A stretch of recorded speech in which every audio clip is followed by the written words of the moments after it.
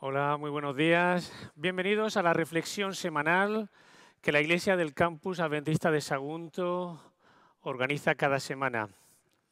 Estamos en momentos especiales, la Iglesia sigue vacía, pero nos gusta unirnos gracias a los medios técnicos para poder orar y compartir la palabra de Dios juntos.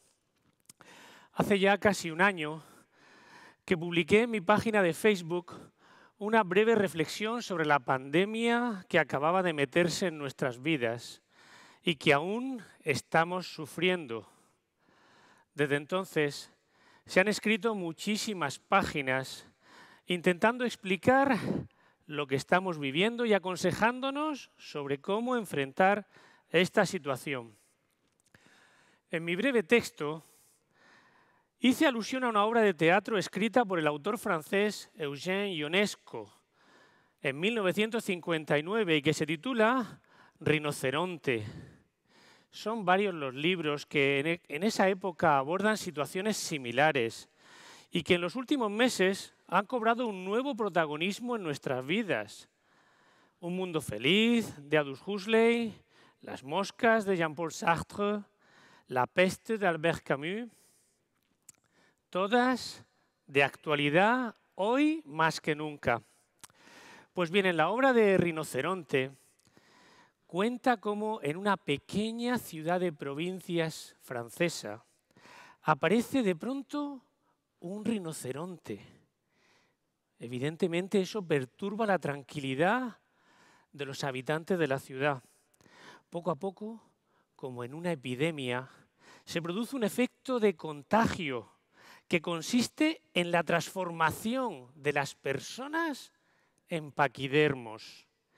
El protagonista de la obra, Béranger, en un principio le resta importancia a ese acontecimiento, como muchos de nosotros, pero cuando su amigo Jean sufre la transformación, cuando su amigo Jean sufre la metamorfosis y empieza a hacer ruidos extraños y poco a poco le sale incluso el cuerno, Béranger, nuestro protagonista, comienza a reaccionar contra la epidemia ante la cual él es inmune o, en palabras de nuestros días, asintomático.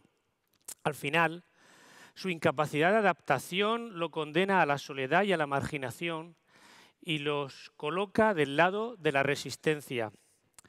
Rinoceronte es una fábula dramática acerca de la propagación y la aceptación social del totalitarismo y la resistencia al poder. Es una obra asentada en la crítica al conformismo, en la crítica a la uniformidad de una sociedad aburguesada y a la sumisión del ciudadano al poder. Y además, Rinoceronte es una obra que hace pensar sobre cómo resistirse ante el pensamiento único y, sobre todo, sobre cómo continuar siendo humanos en situaciones muy complicadas como las que estamos viviendo. Béranger termina la obra, que os animo a que la veáis o a que la leáis, afirmando: soy el último hombre y lo seguiré siendo hasta el final. Yo no me rindo. Ionesco defiende en esta distopía la importancia de la humanidad, la importancia de seguir siendo humanos, pase lo que pase. Y es que es normal, muy normal, temer a la enfermedad y a las plagas. Y también lo es rebelarse y tener pavor, como el protagonista de Rinoceronte, a las consecuencias de una situación que altera de manera significativa nuestra salud, nuestro trabajo, nuestra cultura y la forma en la que nos relacionamos con los demás. Y en estos momentos en los que parecería que se empieza a ver la luz al final del túnel, en los que las curvas se empiezan a suavizar poco a poco y en los que el proceso de vacunación avanza, vamos a hablar de algo que nos hace seguir siendo humanos. Vamos a hablar de relaciones.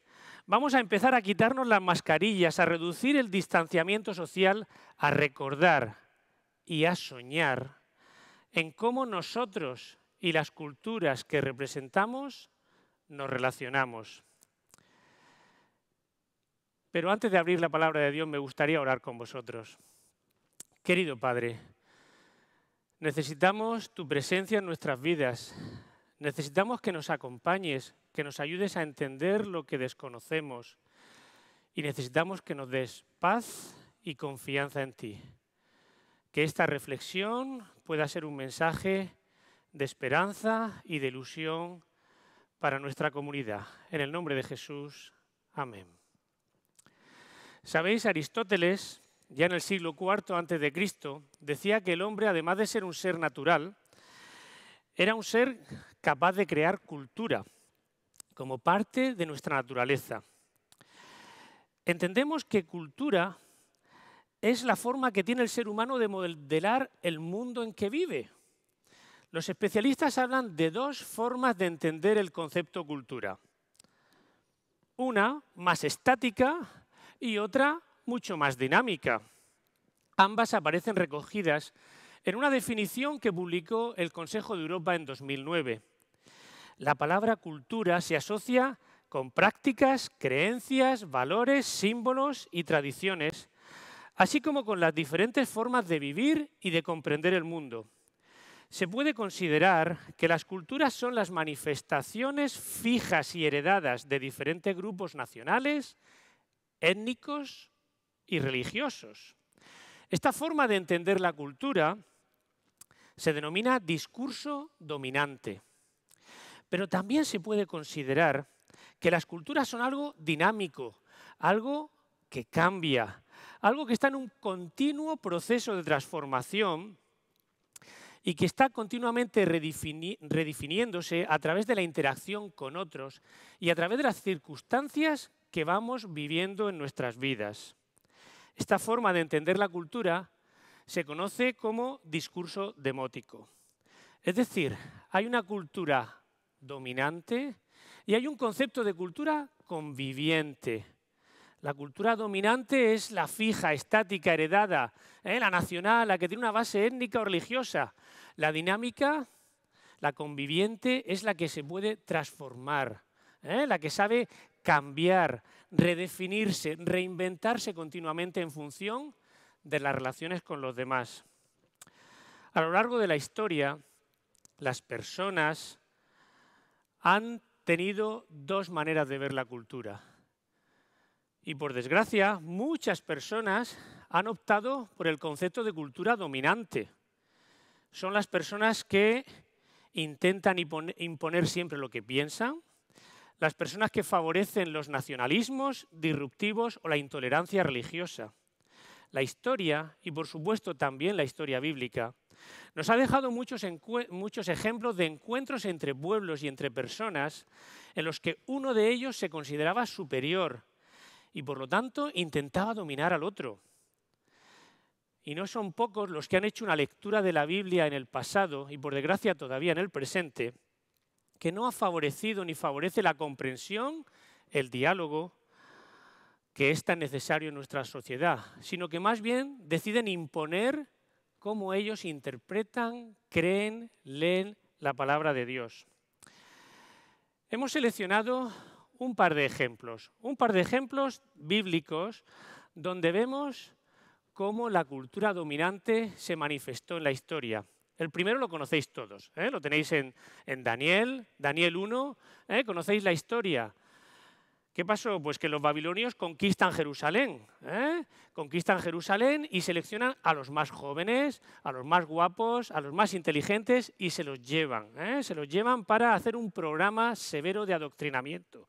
Un programa en el que les iban a enseñar la lengua, la cultura, les iban a enseñar a vestirse como los caldeos, a comer como los caldeos, su literatura e incluso iban a intentar que dejaran su religión antigua para adoptar la que ellos tenían.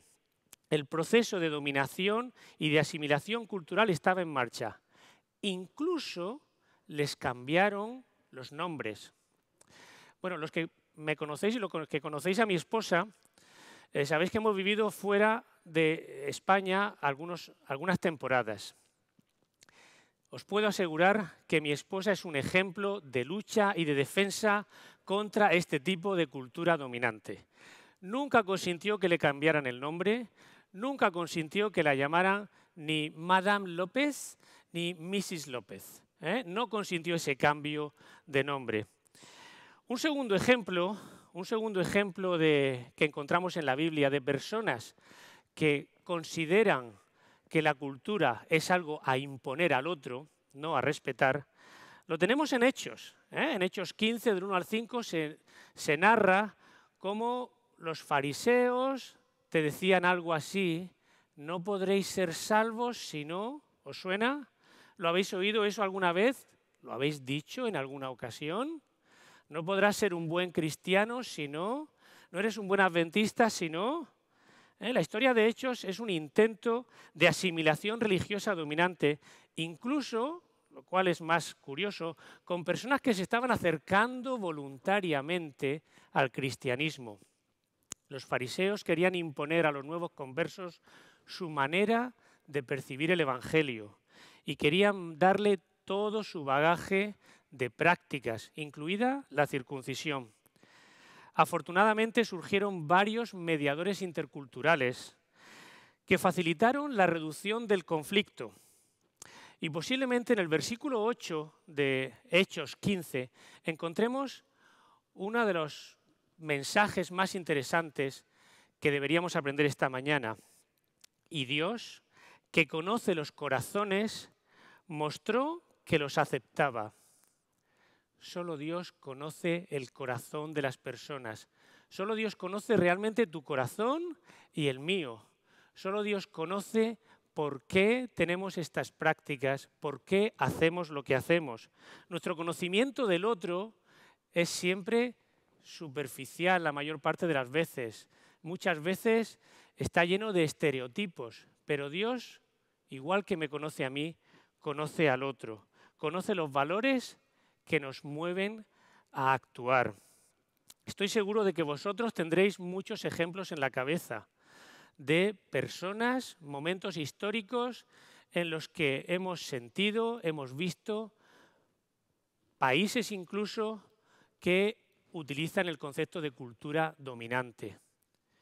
Espero que no lo hayáis aplicado vosotros y espero convenceros y animaros a apostar por el siguiente concepto de cultura, el concepto de cultura conviviente.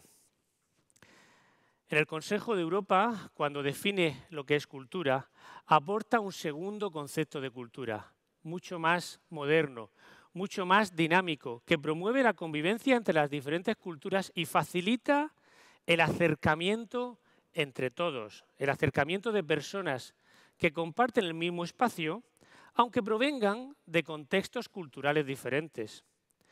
Las personas que asumen este concepto de cultura están más abiertas a la interacción, más abiertas al diálogo, más abiertas al respeto al otro y viven las diferencias de manera positiva. También encontramos en la Biblia y por supuesto en la historia de la humanidad ejemplos de personas y de grupos que superan el concepto de cultura dominante y van más allá. Se convierten en personas que favorecen una cultura conviviente. Vamos a hablar de tres ejemplos que espero que nos ayuden a reflexionar bien. El primero aparece muy pronto en la Biblia, aparece en el primer libro, en Génesis. Y es que ya en Génesis 12, Abraham recibe un llamado a superar sus fronteras, a salir de Mesopotamia y a irse de su tierra y de su parentela a la tierra que Dios le iba a mostrar. Pero Abraham y Sara no van a un desierto. Abraham y Sara van a un espacio con personas. Y allí tienen que convivir. Y tienen que saber interactuar para poder beneficiarse de lo que la otra cultura les iba a aportar. Es cierto que al final de sus días, cuando ya ha muerto la esposa de Abraham, Sara, Abraham sigue considerándose todavía un extranjero, pero no pasa nada. Fijaos el testimonio que aparece en Génesis 23:6, cuando los hijos de Ed le dicen: «Óyenos, Señor nuestro, tú eres un príncipe de Dios entre nosotros». Esa frase muestra que el periodo de convivencia a lo largo de la vida de Abraham y Sara, en la mayor parte del tiempo, fue positivo. Fue un periodo de reconocimiento del otro, un periodo de aceptación y de respeto por las diferencias y de promoción de una sana interacción. Solo de esta manera ambas culturas podían beneficiarse y podían crecer. Pero por supuesto, si hablamos de paradigma, de personaje intercultural por excelencia, y como siempre vamos a hablar de Jesús. Y es que Jesús sabe entender lo que es las relaciones entre las culturas. Pero cuando pensamos en Jesús, algunas personas piensan en un Jesús acultural, como fuera de todo tipo de contexto. Para entender bien este mensaje, para entender bien su función como mediador intercultural, conviene que recordemos que Jesús fue educado completamente como un judío. Jesús entendía, aceptaba, valoraba la cultura judía y la adoptaba continuamente y la respetaba. Jesús no era, como he dicho antes, un ser acultural, era judío, pero en sus mensajes, en sus interacciones y en sus acciones vivió y transmitió la interculturalidad. Ya en sus mensajes, cuando él va a su pueblo a predicar, en Lucas 4 encontramos cómo intenta compartir con las personas con las que había jugado, con las personas con las que había crecido, el mensaje de que otras personas no judías eran héroes del cristianismo.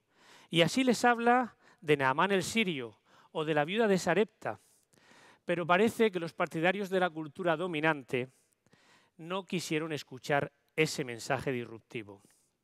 En otro episodio, Jesús también alaba la fe del centurión gentil y en sus parábolas pone a extranjeros como los superhéroes. Además de en sus mensajes, Jesús predica la interculturalidad en su relación con los demás. Todos recordamos el encuentro entre Jesús y la samaritana. Jesús se acerca a la samaritana ¿dónde? En su pueblo, en su propio entorno, en el pozo a donde por costumbre iba esta mujer. Acepta su hospitalidad y pasa varios días con ella.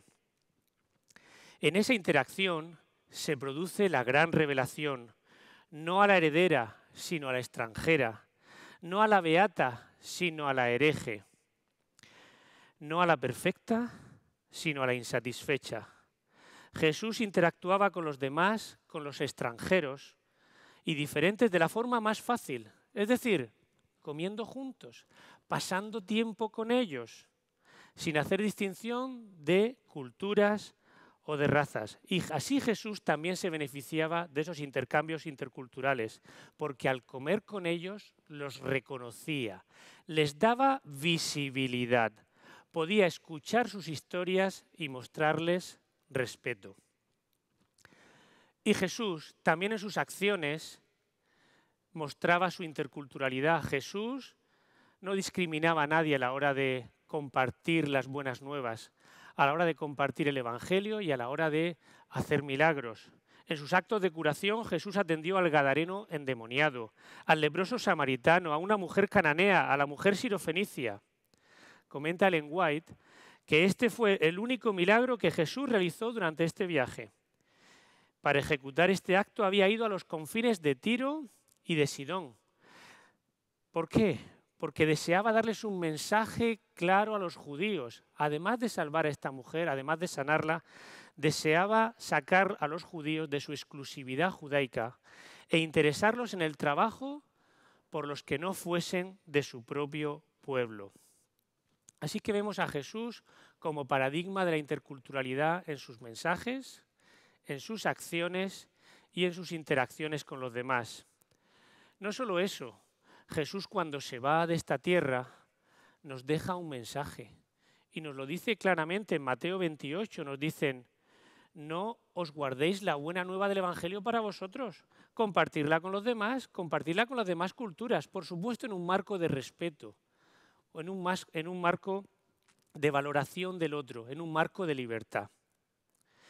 Y terminamos nuestro recorrido con un personaje importantísimo, porque posiblemente sea el personaje con el que tú te estés identificando, con el que tú te puedas identificar más, al igual que yo, en este concepto, en este viaje de la interculturalidad.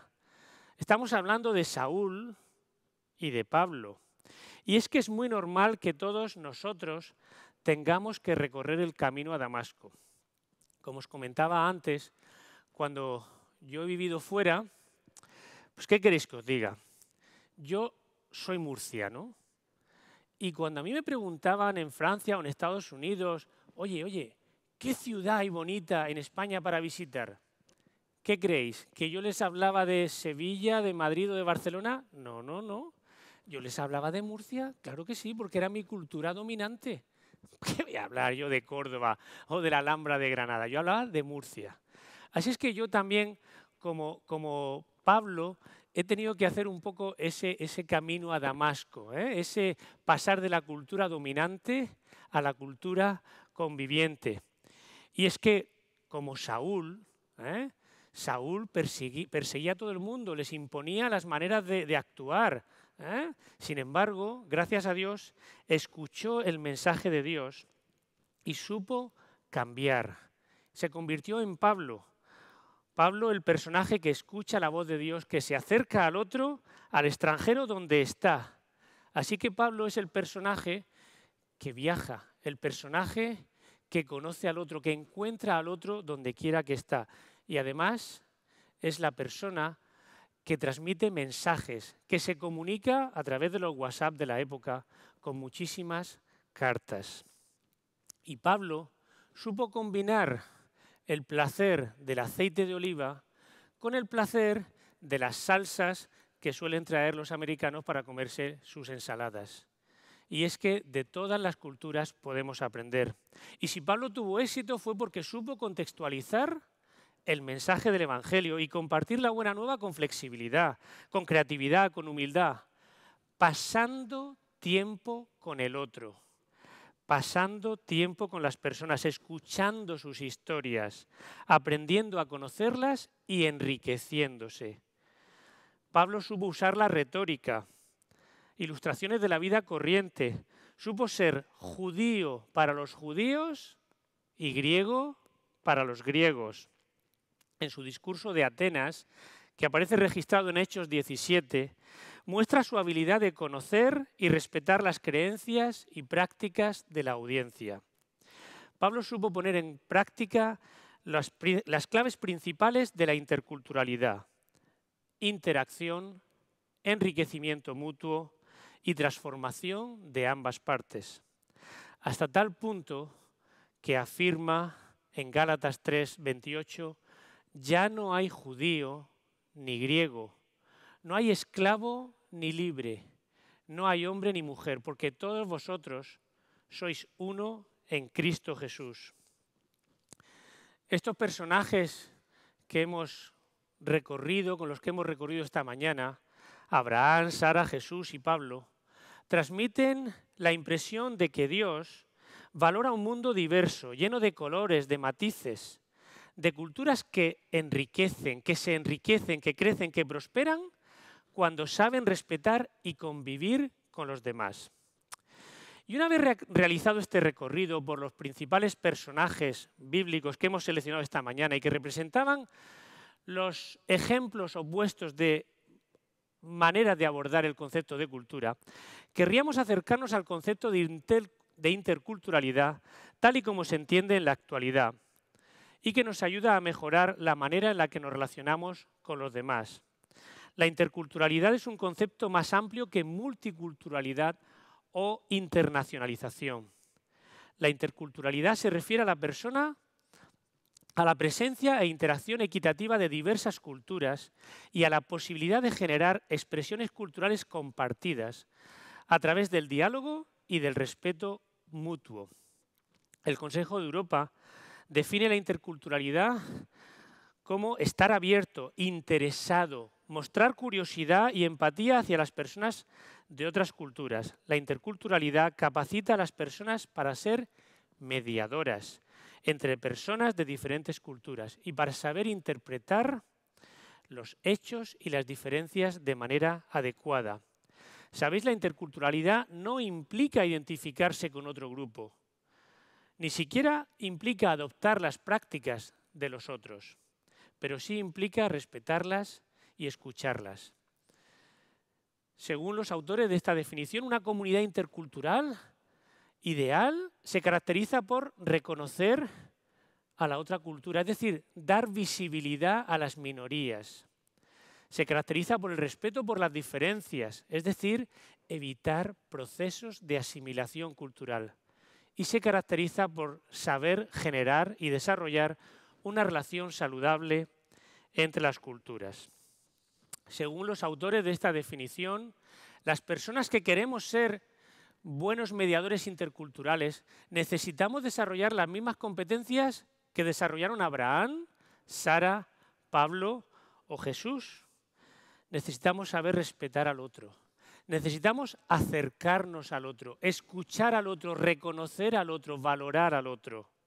Necesitamos ser tolerantes, respetuosos y tener una orientación a la acción. Y en la última parte de esta pequeña presentación, quiero compartir con vosotros una pequeña radiografía. Quiero que nos miremos al espejo. Quiero que nos miremos al espejo de la interculturalidad en el campus adventista de Sagunto y en el año 2020-2021. Sí, ya lo sé. Sé que estamos en un año extremadamente complejo. De verdad, yo también lo he notado, os lo puedo asegurar. Es un año complejo, pero que no por eso debemos dejar de pensar y repensar cómo nos estamos relacionando con los demás. Hemos hecho una pequeña investigación y puedo deciros que los datos de la pequeña investigación que hemos utilizado nos muestran que todavía conservamos buenas prácticas interculturales de antes de la pandemia y también nos muestran que tenemos espacio para mejorar en el presente y sobre todo en un futuro que pocos se atreven a describir como completamente normal. He pedido la colaboración del otro, es decir, de los jóvenes adultos, de una selección de jóvenes adultos que han llegado a nuestro campus y por lo tanto a nuestra iglesia y a nuestra comunidad durante el curso 2020-21. Estos jóvenes pertenecen a 3 grupos: servicios voluntarios, estudiantes de teología del primer curso y alumnos de español para extranjeros. En total, 14 personas han respondido y aquí os presento algunos de los datos más interesantes que hemos aprendido para saber mirarnos al espejo de nuestra interculturalidad durante este año. El primer dato nos muestra que, como siempre, nuestra comunidad sigue siendo una comunidad global. Los que han respondido, como veis, vienen de países muy diferentes: Argentina, Brasil, Ecuador, Estados Unidos, Rumanía y Venezuela. La mayor parte de ellos llegaron a nuestra comunidad en septiembre, el 70%, y algunos han llegado un poco más tarde. De ellos, aproximadamente un 80% vive en este campus, vive aquí, en la residencia de chicos, de chicas o en el internado de casados, mientras que un 20% dice vivir fuera del campus. La mitad de ellos afirman haber sido invitados a actividades de iglesia del fin de semana casi nunca o a veces, mientras que la otra mitad responden a la misma pregunta con casi siempre o siempre. El 20% afirma participar casi siempre o siempre en esas actividades de fin de semana, frente a un 80% que afirma que nunca participa o casi nunca.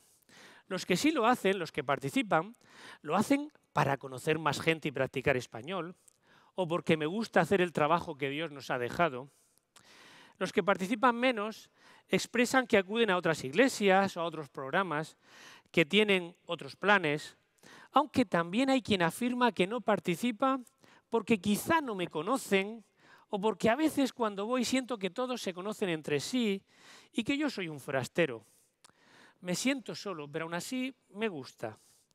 Otra persona comenta que aunque me invitan, pues no siempre entiendo que se trata de una invitación muy personal.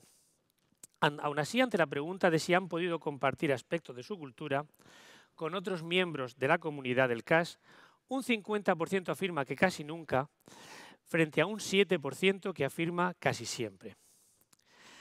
También les hemos preguntado cuántas oportunidades han tenido de conocer a otras personas.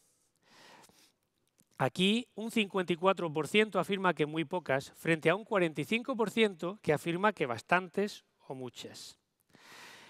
No obstante, el 85% afirma haber tenido experiencias positivas que le han hecho sentirse bienvenido en la comunidad del CAS. Y lo expresan de esta manera: la alegría y la amabilidad de las personas del campus siempre me ha hecho sentir a gusto. Otro afirma: tal persona nos invitó a almorzar en su casa, pero ha sido la única en el campus con esta actitud. Bueno, y es que las normas, que estamos sufriendo todos hacen que este tipo de encuentros sean realmente, incluso vayan contra la ley. Otro comenta: la gente a menudo viene a mí y me saluda y eso me hace sentir bienvenido. Y otro comenta: una vez me invitaron a dar un paseo por la tarde y fue divertido. Los que sienten más miedo dicen que a veces tienen miedo de no poder encajar, de no sentirse bien. A pesar de la situación COVID, la respuesta a la pregunta de cómo se realiza la integración intercultural en el campus de diferentes culturas, 100% responde que es buena o muy buena. Son comprensivos con la realidad que estamos viviendo y afirman que el COVID ha hecho muy, muy difícil conocer y mantener amistades con otras personas y por eso la interculturalidad entienden que es limitada. No obstante, les hemos dado la oportunidad de dar algunas sugerencias y las quiero compartir esta mañana con vosotros. Aquí las tenéis en la pantalla. Ellos comentan que, ¿por qué no?, hacer más actividades de todos los departamentos o alguna salida los sábados o los domingos, reuniones tipo Día Cultural de Brasil, comidas fraternales, generar la figura de un mentor intercultural, es decir, personas de la comunidad receptora que ayuden y expliquen, orienten y mentoricen a los que llegan nuevos para poder saber adaptarse a un nuevo contexto, a una nueva realidad. Hay quien comenta que si estamos reunidos en clase, ¿por qué no continuar con las reuniones de iglesia? Por supuesto, cumpliendo las normas COVID. Y hay quien comenta que sería interesante generar programas al aire libre, deporte, paseos o reuniones organizadas en pequeños grupos, siempre siguiendo las normativas. Y como recomendación, todos coinciden en dar una recomendación a los que llegan, a los que vienen a nuestra comunidad, y es participar, participar y participar. No cabe ninguna duda de que estamos viviendo una época extremadamente difícil. Cuando yo era joven, teníamos una serie de debates, de situaciones que nos encantaba discutir sobre ellas. Hoy, muchos de esos problemas de ética situacional los tenemos que enfrentar cada día. Prácticamente cada día somos el conductor de ese tranvía sin frenos que tiene que decidir si arrolla a 5 obreros que están en la vía 1 o a un amigo íntimo o un familiar que está en la vía 2. Por cierto, para los que quieren ver una recreación muy visual de este dilema, os recomiendo ver la serie The Good Place en Netflix, en la temporada 2, en el episodio 5. Pero a pesar de los desafíos, a pesar de las crisis, a pesar de los problemas que tenemos, también creo que este momento es un momento para sacar de nuestro armario esa capa de mini héroes que todos tenemos, porque todos la tenemos y todos podemos estar atentos a la realidad que estamos viviendo, un poco más allá de nuestra mascarilla, un poco más allá de la burbuja en la que todos vivimos y en la que cada vez nos sentimos más atrapados y más pequeños. Porque seguir actuando siguiendo los principios de Dios es un privilegio y una responsabilidad en cualquier circunstancia de nuestra vida. Así que contra los movimientos desintegradores, contra la tendencia normal y comprensible de encerrarnos en nuestra cada vez más pequeña burbuja, os animo, os desafío a vivir el evangelio de la interculturalidad, de la integración y del respeto. Es muy probable que a pesar de nuestras buenas acciones e intenciones, no resolvamos todos los problemas de integración, de discriminación, de rechazo, de frustración y de soledad que existen en estos momentos. Pero al menos, si aplicamos algunas de las sugerencias planteadas por los hermanos que han venido a nuestro campus y que coinciden con las que los especialistas en interculturalidad sugieren, no estaremos haciendo ni más ni menos que seguir los principios del Evangelio, seguir la manera de actuar de Jesús y de nuestro Dios. Y lo mejor de todo, nos estaremos anticipando al proyecto de vida al que todos estamos llamados y en el que pronto participaremos. Mientras su majestad contemplaba la estatua, una piedra que nadie arrojó vino rodando, golpeó a la estatua en los pies y la estatua se vino abajo. Todos los metales de la estatua se hicieron polvo y enseguida vino un viento muy fuerte y se llevó todo eso como si fuera paja. Nunca volvió a encontrarse nada de la estatua. Sin embargo, la piedra que golpeó la estatua llegó a ser una gran montaña. Era tan grande que llenaba toda la tierra. Tenía un muro grande y alto, con 12 puertas, y en las puertas 12 ángeles y nombres inscritos, que son los de las 12 tribus de los hijos de Israel. Después de los fracasados intentos de la humanidad por crear reinos, por crear culturas dominantes y duraderas, Dios promete que creará un reino en el que tendrán cabida todos los seres humanos con sus lenguas, con sus culturas, con su diversidad. Dios generará un espacio de libertad y de respeto para ti y para mí. Yo me apunto a ese reino y confío que juntos y con la ayuda de Dios sigamos construyendo pequeños rincones, pequeños refugios para que reine el respeto, la diversidad y el compañerismo mutuo. Espacios sin mascarilla y sin distanciamiento social, en los que haya abrazos, en los que haya cercanía, al menos de corazón, y en los que nos podamos seguir sintiendo humanos, animados y confortados por el Espíritu de Dios.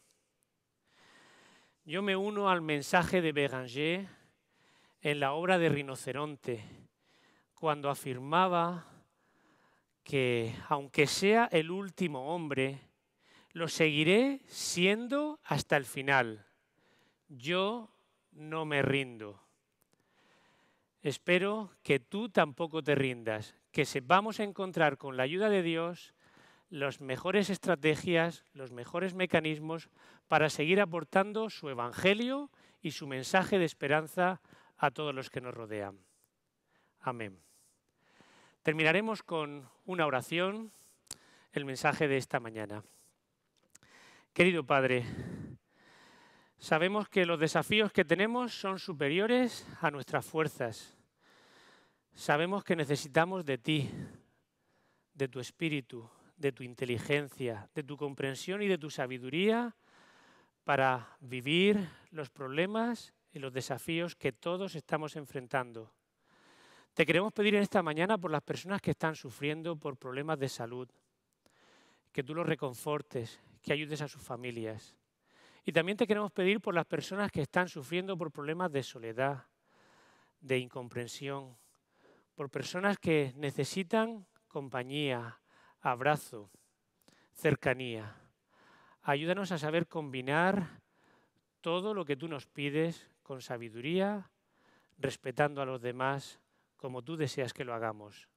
Bendice mucho a esta comunidad, a la comunidad del Campus Adventista de Sagunto. Perdona nuestras faltas y cuídanos. En el nombre de Jesús te lo pedimos. Amén.